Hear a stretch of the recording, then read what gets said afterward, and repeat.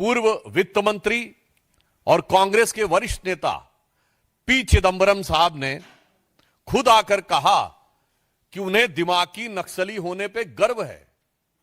यानी देखिए कितने आश्चर्य की बात है कि प्रधानमंत्री जी ने कहा और इतनी तुरंत प्रतिक्रिया हुई कि पूरे देश के सामने आ गया कि किसके दिमाग में नक्सल बैठा हुआ है और वह स्वयं गर्व की अनुभूति करने लगे। तो मैं कांग्रेस पार्टी और पी चिदंबरम साहब को याद दिलाना चाहता हूं कि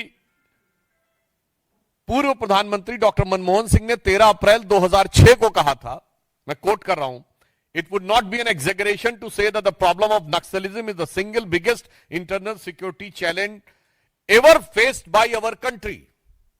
अर्थात उन्होंने कहा कि इसको कहने में अतिशयोक्ति नहीं होगी कि नक्सलवाद का खतरा भारत के इतिहास में आज तक आंतरिक सुरक्षा के लिए उत्पन्न सबसे बड़ा खतरा है। 13 अप्रैल 2006 और 31 मार्च 2026 प्रधानमंत्री श्री नरेंद्र मोदी जी की सरकार ने उस चीज को जो डॉक्टर मनमोहन सिंह समझ गए थे, मगर जिस विवशता के चंगुल में जकड़कर और नक्सली दिमाग वालों से भरी हुई सुपर कैबिनेट यानी एनईसी के द्वारा उनको कुछ करने नहीं दिया गया था, यदि वह कार्य सिद्ध करके दिखाया तो प्रधानमंत्री श्री नरेंद्र मोदी जी ने। मगर देश का एक ऐसा गृह मंत्री है जिसे इसमें गर्व का अनुभव नहीं हो रहा है, उसे इस बात में गर्व का अनुभव हो रहा है कि वह दिमागी नक्सली हैं। तो मैं कांग्रेस से पूछना चाहता हूं कि डॉक्टर मनमोहन सिंह सही हैं या आज के आपके स्वघोषित दिमागी नक्सली चिदंबरम साहब? और ये पी चिदंबरम साहब वो हैं, इनके लिए क्या कहा जाए, जिस यूपीए के पशुपति से लेकर तिरुपति तक रेड कॉरिडोर बना था, 180 से अधिक जिले नक्सलवाद से प्रभावित हो गए थे। दंतेवाड़ा में 2010 में सीआरपीएफ के इतने बड़ी संख्या में 75-76 जवान शहीद हुए और उसके बाद राजधानी के एक नामी गिरामी विश्वविद्यालय में खुशियां मनाई गई। यह होता है दिमागी नक्सली। और इतने बड़े विषय के बाद चिदंबरम साहब के शासनकाल में 5000 से अधिक निर्दोष नागरिकों की मौत हुई। 1913 सुरक्षा बलों के जवान नक्सली अभियानों में शहीद हुए। 180 जिले नक्सल प्रभावित हो गए। 92% से अधिक हथियार जो नक्सलियों के पास थे वो पुलिस के हथियार थे जो लूटे गए थे। और याद करिए 2009 में उस समय प्रमुख नक्सली नेता किशन जी ने कहा था 2030 तक दिल्ली पे हमारा कब्जा होगा, मगर आज वो 180 नक्सल प्रभावी जिले शून्य पर आ गए हैं। मगर उसके बाद भी उन 180 जिलों में भारत में सामंजस्य दिखता था और यहां पर समस्या दिख रही है। मैं ध्यान दिलाना चाहता हूं कि वो दंतेवाड़ा और वो झीरम घाटी जहां पर खून की नदियां बहती थीं, चिदंबरम साहब और कांग्रेस पार्टी, राहुल गांधी जी आंख खोलकर देखिए और कान खोलकर सुनिए, तब आपको वह देश अच्छा लगता था। और आज गृह मंत्री अमित शाह जी के कार्यकाल में यह परिस्थिति बनी है कि बस्तर में लगातार 2 साल ओलंपिक हुए हैं। यह सौहार्दपूर्ण, सकारात्मक और युवा ऊर्जा का प्रतिनिधित्व करता हुआ बस्तर अच्छा नहीं लगता है। अभी मात्र कुछ दिन पहले नेशनल हैंडलूम डे के ऊपर रायपुर में ट्राइबल एरियाज के युवकों के द्वारा हैंडलूम कपड़ों को रैंप पे वॉक किया गया। ये ट्राइबल युवा का यानी ट्राइबल जेनजी का रचनात्मक प्रदर्शन अच्छा नहीं लगता था और वो अच्छा लगता था। यह है दिमागी नक्सल जो इन लोगों के दिमाग में बैठा हुआ है। और इतना ही नहीं, इस समय 1800 से अधिक बैंक की ब्रांचें खुलना उस क्षेत्र में, 1200 से अधिक एटीएम खुलना, 6000 से अधिक मोबाइल के टावर लगना ताकि राष्ट्र की मुख्य धारा के साथ वो विकसित हो जाएं। 22 लाख लोगों को आयुष्मान भारत कार्ड उपलब्ध हो जाना, ताकि वह युवा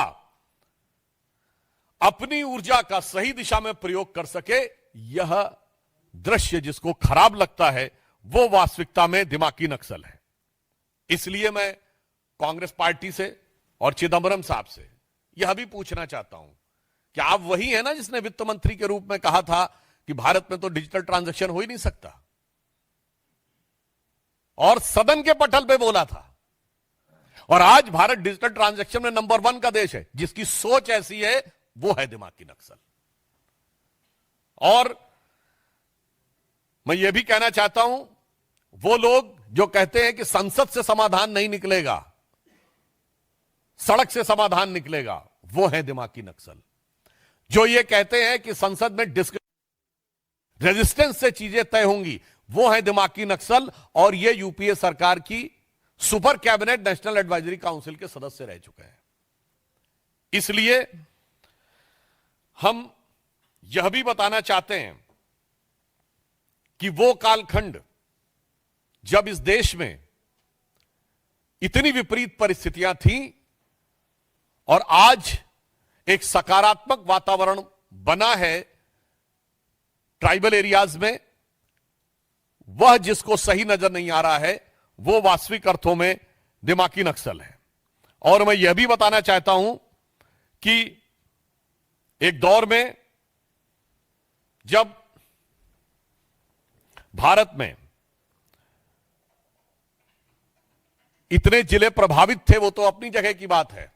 उससे बड़ी बात यह है कि भारत के तमाम विश्वविद्यालयों में बैठकर उनको नैतिक और बौद्धिक समर्थन दिया जाता था।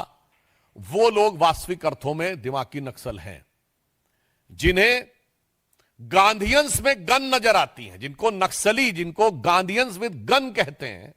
यानी कहां महात्मा गांधी जो अहिंसा के प्रतीक, और कहां माओवादी जो कहते power comes from the barrel of gun, जो नक्सलियों को गांधीयंस विद गन कहे और उन नक्सलियों को अपनी भारत जोड़ो यात्रा में साथ में रखे। उन राहुल गांधी से पूछना चाहता हूं, यह है वास्तविकता में दिमागी नक्सल। और इसीलिए हम यह भी कहना चाहते हैं कि चिदंबरम साहब हो या कांग्रेस पार्टी, ये वही लोग हैं जिनको एक विशेष प्रकार की चीज में अलग लगाव नजर आता है और दूसरे प्रकार की चीज में दुराव नजर आता है। मैं उदाहरण के लिए बोलना चाहता हूं, प्रधानमंत्री श्री नरेंद्र मोदी जी ने इन्वायरमेंट के लिए काम करने वाले उन लोगों को सम्मानित किया है, जैसे कर्नाटक की रानी गौड़ा, जिन्होंने 1 लाख से अधिक वृक्ष लगाए। एक अन्य कर्नाटक की महिला जिनको वृक्ष माता कहा जाता है, और याद करिए वो आई थी पद्म अवार्ड लेने नंगे पैर राष्ट्रपति भवन में। मगर ये लोग इन्वायरमेंटलिस्ट नजर नहीं आते थे, जो लोग एयर कंडीशन कमरों में दिल्ली में बैठकर और भारत चीन सीमा के ऊपर होने वाले भारत की सुरक्षा की दृष्टि से महत्वपूर्ण इंफ्रास्ट्रक्चर को रोकने का काम करते थे, वो लोग इन्वायरमेंटलिस्ट नजर आते थे। और जो ये कहता था, जो सरकार ये कहती थी कि हमारी तो दशकों से स्थापित नीति है कि होना ही नहीं चाहिए सीमा के ऊपर इंफ्रास्ट्रक्चर, वो है दिमागी नक्सल। इसलिए हम ये कहना चाहेंगे कि संयोग देखिए कि माननीय प्रधानमंत्री जी ने स्वतंत्रता दिवस पे बोला था, और आज नागपंचमी आते आते ये जितना दिमागों में जहर था वो सब पूरे दिमाग से उजागर होकर उन्होंने खुद स्वीकार कर लिया कि हम क्या हैं। तो मैं सिर्फ अंत में यह कहना चाहूंगा कि माननीय प्रधानमंत्री जी ने जो संकेत दिया है यह बहुत सहज और स्वाभाविक है। इसके लिए किसी को दिमाग पे जोर लगाने की जरूरत नहीं है, सिर्फ आंख खोलकर देखने की जरूरत है। उसे दिखाई पड़ेगा कि दिमागी नक्सल कौन है। दिमागी नक्सल वो है जिसको हाफिज में साहब नजर आता है, याकूब मेनन में जुडिशियल किलिंग नजर आती है, जिसको ओसामा में जी नजर आता है, जिसको जाकिर नायक में शांति का मसीहा नजर आता है, जिसको इशरत जहां में बेटी नजर आती है, बुरहान वानी में भटका हुआ नौजवान नजर आता है और भारत के सेना अध्यक्ष में सड़क छाप गुंडा नजर आता है। यह है वो दिमागी नक्सल। और आज हर भारतीय को इस चीज को सिर्फ आंख खोलकर देखने की जरूरत है और कान खोलकर समझने की जरूरत है। स्वतः समझ में आ जाएगा। और उन लोगों ने जब स्वयं स्वीकार कर लिया है तो हमें लगता है अब किसी प्रकार का कोई संदेह या किंतु परंतु किसी देशवासी के मन में नहीं रह गया है कि जो माननीय प्रधानमंत्री जी ने कहा था कि कांग्रेस अब मुस्लिम लीगी माओवादी कांग्रेस हो गई है, तो अब उन्होंने खुद कह दिया है कि वो सिर्फ मुस्लिम लीगी माओवादी कांग्रेस नहीं बल्कि दिमागी नक्सल कांग्रेस भी हो गई है। ये उन्होंने स्वयं स्वीकार कर लिया है। मित्रों, इस विषय से जुड़े सभी प्रश्न आमंत्रित हैं। ब्रह्म प्रकाश दुबे।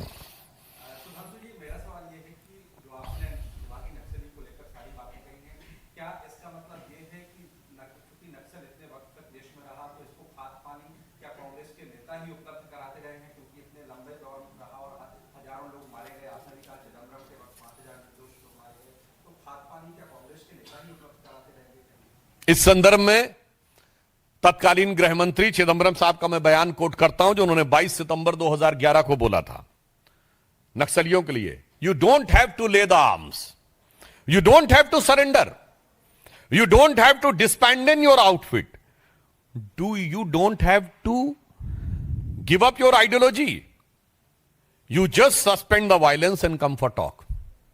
आप हथियार भी मत छोड़िए, आप सब कुछ यथावत रखिए, अपना विचार भी मत बदलिए, हम तब भी आपको स्वीकार करने को तैयार हैं। और एक हमारे गृह मंत्री थे, उन्होंने बिल्कुल साफ कहा कि गोली के द्वारा विचार नहीं हो सकता, हथियार छोड़ेंगे आप, राष्ट्र की मुख्य धारा में आएंगे। और कितने ही लोगों ने आत्मसमर्पण किया, राष्ट्र की मुख्य धारा में आए। जो लोग ये नारा लगाते थे कि लेकर रहेंगे आजादी और बंदूक के दम पर आजादी, उनके आगे चिदंबरम साहब का यह आत्मसमर्पण है। तो खाद पानी इन्होंने नहीं दिया है। और यूपीए 1 के शासनकाल में सबसे ज्यादा वो नक्सली जो पहले से यानी कांग्रेस सरकार के जमानों से अंदर थे जेलों में, वो सब छोड़ के बाहर आ गए थे। और उस समय ही सर्वाधिक नक्सलवादी गतिविधियों का प्रभाव बढ़ना शुरू हुआ था। शैलेंद्र, दूरदर्शन। आपने आधे सवाल का जवाब दे दिया, लेकिन चूंकि पूर्व गृह मंत्री भी रहे चिदंबरम और खुद सामने आकर कह रहे हैं कि हाँ वो प्राउड दिमागी नक्सल है, तो अब उन पर यह सवाल भी उठता है कि क्या जानबूझकर उन्होंने नक्सलवाद को पैदा करने में मदद की और बने रहने दिया? यह देश को सोचना चाहिए कि उन्होंने यह वाक्य स्वयं बोला है या किसी के इशारे पे बोला है। उनकी इस बात के तार सिर्फ उनके दिमाग की उपज है या कहीं और से भी जुड़े हुए हैं। क्योंकि आजकल कांग्रेस पार्टी और राहुल गांधी जी के भी जो सलाहकार हैं वो इसी प्रकार के हो गए हैं, जो ये कहते हैं, याद करिए चुनाव के समय इनके एक प्रमुख सलाहकार अंकल सैम बोले थे ना